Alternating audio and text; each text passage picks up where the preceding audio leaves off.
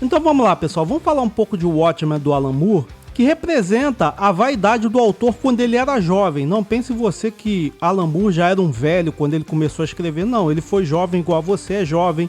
E agora ele é velho como você é velho. Então, sem enrolação, vamos lá bater um papo sobre isso, tá? Então, preparei aqui um fluxograma muito bem trabalhado para falar um pouco de Watchmen, tá?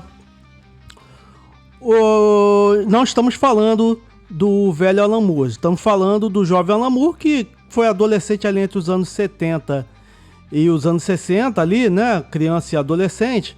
Então tinha esse conflito de guerra nuclear, tá? Claro que isso aí, assim, eles tinham esses medos, mas assim, o Watchmen tem grandes problemas em sua narrativa lógica, eu notei pela primeira vez. O Watchmen deriva do seu trabalho anterior, que era o Marvel Man, que é excelente, quem puder ler.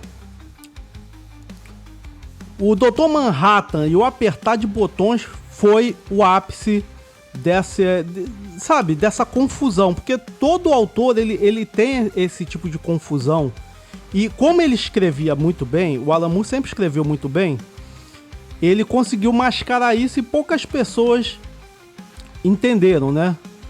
O Watchmen narra duas histórias distintas, uma sobre um assassinato, que é o assassinato lá do comediante, e outra que levou a eles entender que esse assassinato, na verdade, foi para esconder um plano de destruição em massa. Uma morte, né? Morte é festival de morticínio ali, né? Um genocídio em massa, né? Então,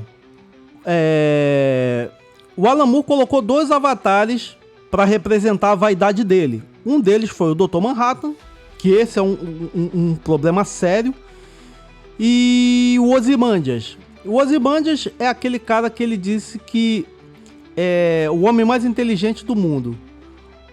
O problema do hiperpoder e da falsa inteligência. O que é isso?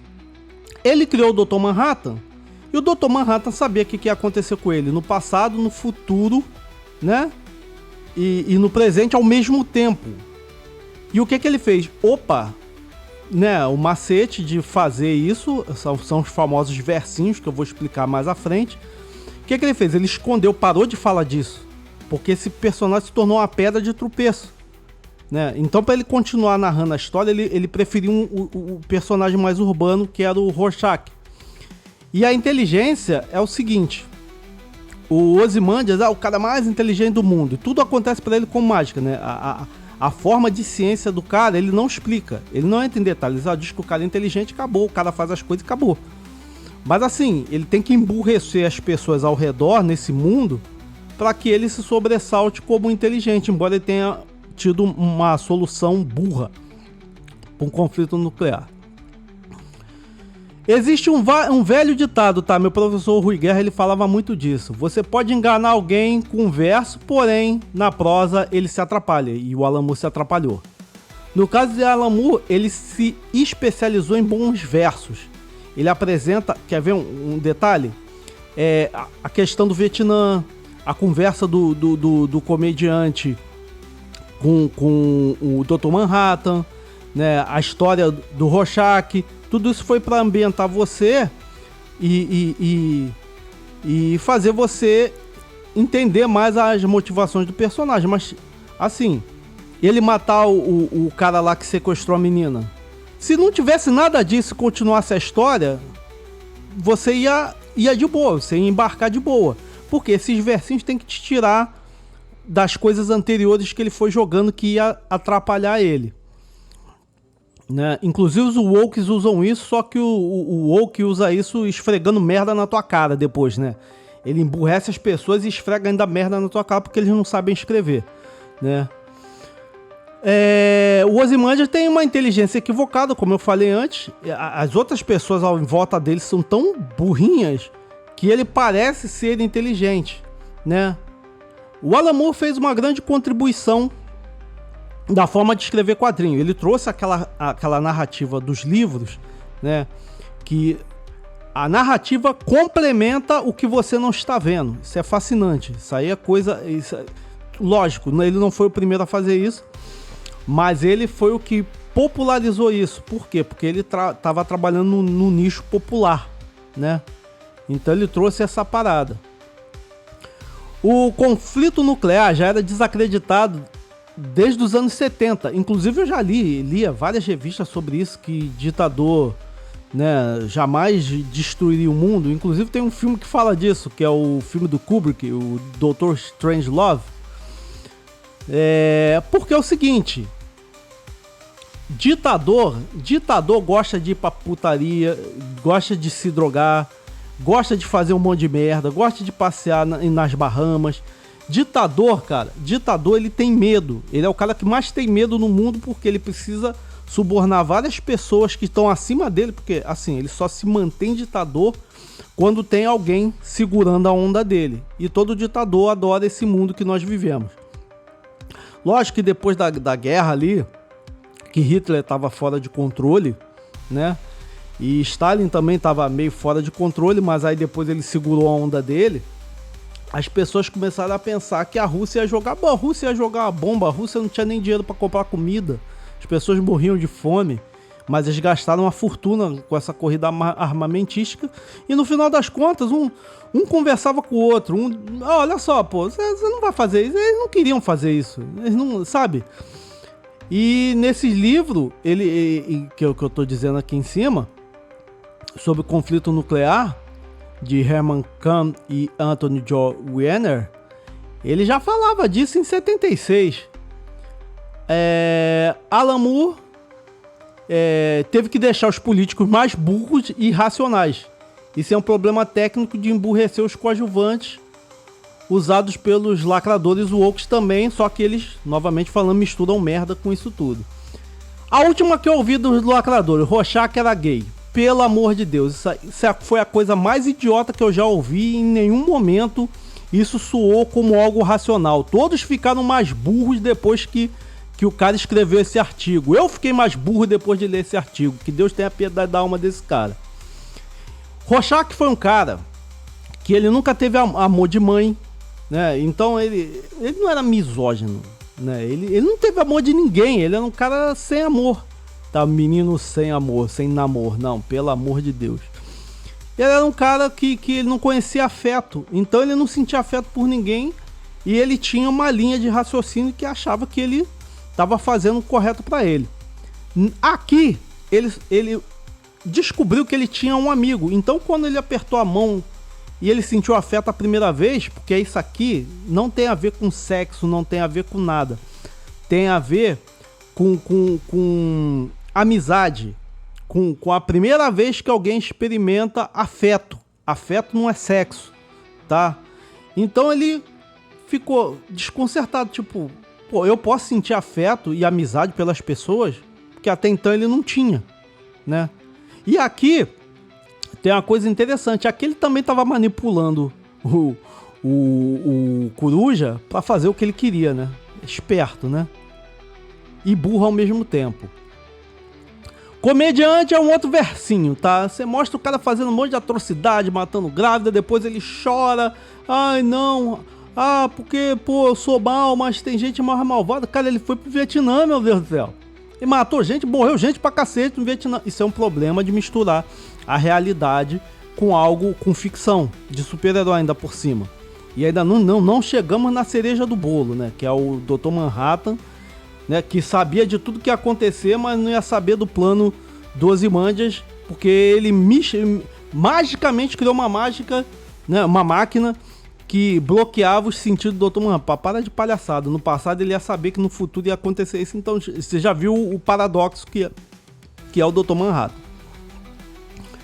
Então a gente tá aqui. O jovem Alan Moore foi inspirado pelo Incaudio Jodorowsky, lançado nos anos 80, e 6 anos depois ele fez o Watchmen. Mas aí, quem leu Marvel Man sabe que ele fez essa transição no Marvel Man. Tanto que o Watchmen é um pouco do Marvel Man.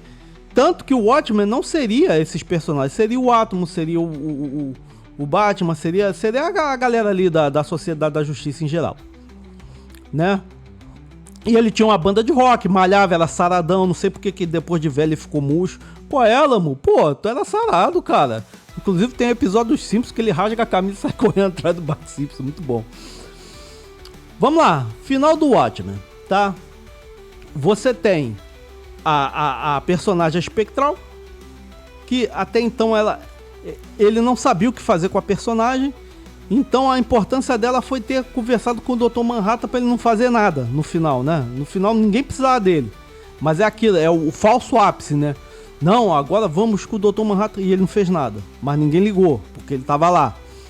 Que encontraram o Ozymandias e descobriram o plano que era mandar povos, né? Fingir que era uma invasão alienígena e matar gente pra cacete pros dois ditadores apertarem. Ditador não, no caso dos Estados Unidos eleito e o ditador da Rússia apertarem as mãos e... Ah, não, agora vamos correr atrás de alienígena. Ah, tá, não tem... Esse é o problema de misturar realidade com ficção, né? Cara, os caras não tinham uma agência de inteligência pra saber disso aí, né? Os caras são tão burros assim. E outra coisa, explodiu uma bomba lá. Tu acha que os caras não iam apertar o botão imediatamente, ia ter um conflito nuclear, ia matar todo mundo? É óbvio, né? Porque, estamos sendo atacados, mata todo mundo, né? É fim, acabou. E outra coisa, o Zack Snyder ainda fez pior, que botou o Dr. Manhattan como culpado. Você acha mesmo que o governo ia perseguir o burocrata lá com aquela canetinha fedorenta, com aquele papel rabiscado dele lá, ia perseguir o Dr. Manhattan? Dr. Manhattan apareceria pros dois presidentes ao mesmo tempo e ia falar, ó, só tô te dando um aviso, da próxima vez que eu voltar aqui eu não vou ser tão bonzinho. Não me tirem do sério. Não mexam com minha paciência. Bom, novamente falando, no mundo real um cara desse ia ser, né, todo mundo ia ficar de vara curta. O que ele falasse ia ser acatado, porque ele tem poder de verdade, né? E não existe outras pessoas, não existe outras personalidades, não existe outros poderosos, só os Estados Unidos. Enfim, na verdade, outra coisa, aquela crítica do sonho americano. Ah, isso é o sonho americano. Outro versinho, não quer dizer nada aquilo ali. Quer dizer, o protesto é o sonho americano. Nossa, na Rússia era proibido protestar, que senão morria. Em Cuba também, Coreia do Norte. Então, tipo, pelo menos o sonho americano é você poder protestar. Beleza, Alan Moore. Eu não sei o que ele queria dizer com isso. Nem ele mesmo também sabia, porque ele era jovem. Então, você tem, novamente falando, o Zack Snyder, que piorou a situação, e o Ozymandias, que apertou um botão e fez aquilo ali achando que era um plano inteligente, era um plano totalmente imbecil, porque, novamente falando, eles tiveram que reduzir a inteligência dos personagens a níveis absurdos para aceitar isso como normal.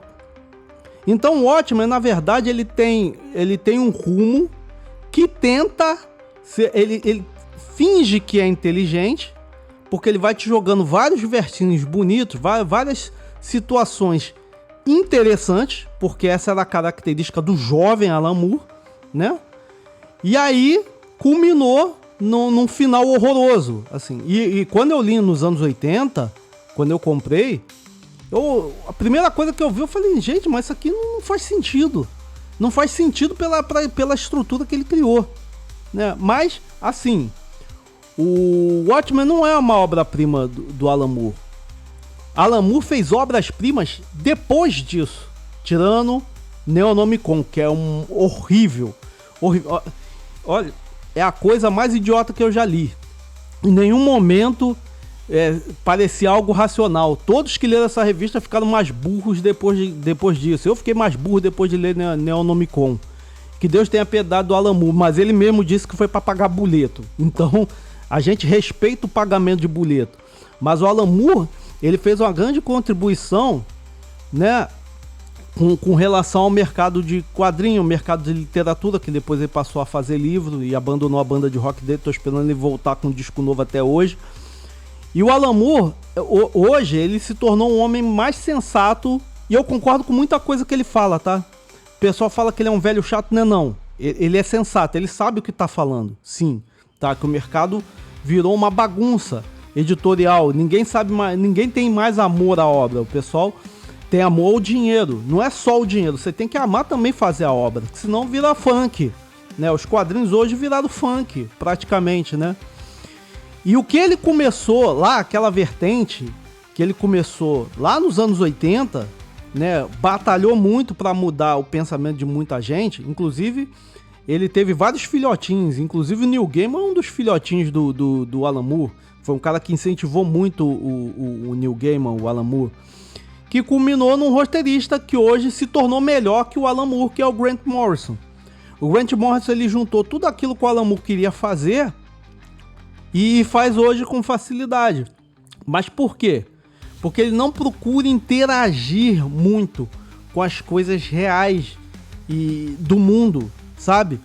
Então ele costuma fazer uma coisa mais macro, né? Ele costuma fazer uma coisa menor para poder falar de algo maior, né? E o Alan Moore, ele, no Watchmen, ele quis trabalhar uma coisa muito maior do que ele podia pensar na época, sem saber que ele ia tropeçar em várias coisas, como o próprio Dr. Manhattan, como o Ozymandias, que era burro, né? Como é que tu vai destruir duas cidades e achar que os caras não vão apertar o botão?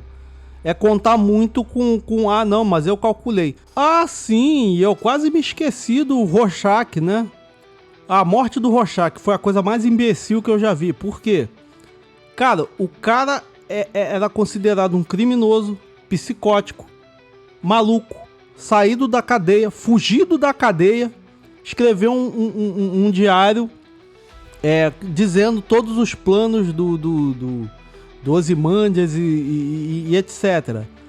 Ah, eu não vou compactuar com isso. Aí o Dr. Manhattan vai e mata o cara. Que coisa imbecil, cara. Ninguém acredita nele. Entendeu? Ah, não, é porque ele ali nada. É outro versinho também que o Alan Moore fez pra deixar o personagem eternizado. Mas assim, quantos jornais... Aí, como ele mistura a vida real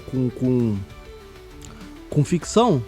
Quantos tabloides você conhece lá nos Estados Unidos que falam de teoria da conspiração? Inclusive o Arquivo X brinca com isso. Tinha tal do Pistoleiro Solitário, que era um jornal que qualquer um com um trocado no bolso podia produzir um jornal no bairro, na cidade, enfim. Porque não era barato, mas também não era essas fortunas, não era o Brasil, né? Então, tinha vários tabloides de ficção científica, teoria da conspiração, como tem até hoje teórico da conspiração. Você vê aí o Infowars, né? De vez em quando ele sai com as teorias da conspiração meio absurdas, mas tem outras que são interessantes, mas tem muita coisa absurda. Então, se o Diário do Rorschach seria mais um. Então, matar o cara, tipo, aquilo ali foi só pra ficar bonito. No final, nossa, que coisa, nossa, pô, né? Ninguém acredita nele. Tanto que se o Dr. Manhattan fosse embora e falasse, bicho, pula aí do penhasco aí, o problema é seu. Ia continuar puxa no penhasco, ia continuar na mesma. Vamos fazer um pacto de silêncio. Gente, aquilo também forçado, pelo amor de Deus. Outro versinho. Pacto de silêncio, porque o cara fez merda. E se todo mundo descobrisse que era o Ozymandias, a guerra ia voltar. Não, todo mundo ia caçar o cara até matar. Essa é a realidade. Vou falar, Russo, foi esse palhaço aqui, ó. Manda os capanga teu, eu vou pegar uns capanga meu, mata esse filho da mãe. Ia ser assim, entendeu? Mas por quê? A lógica subvertida.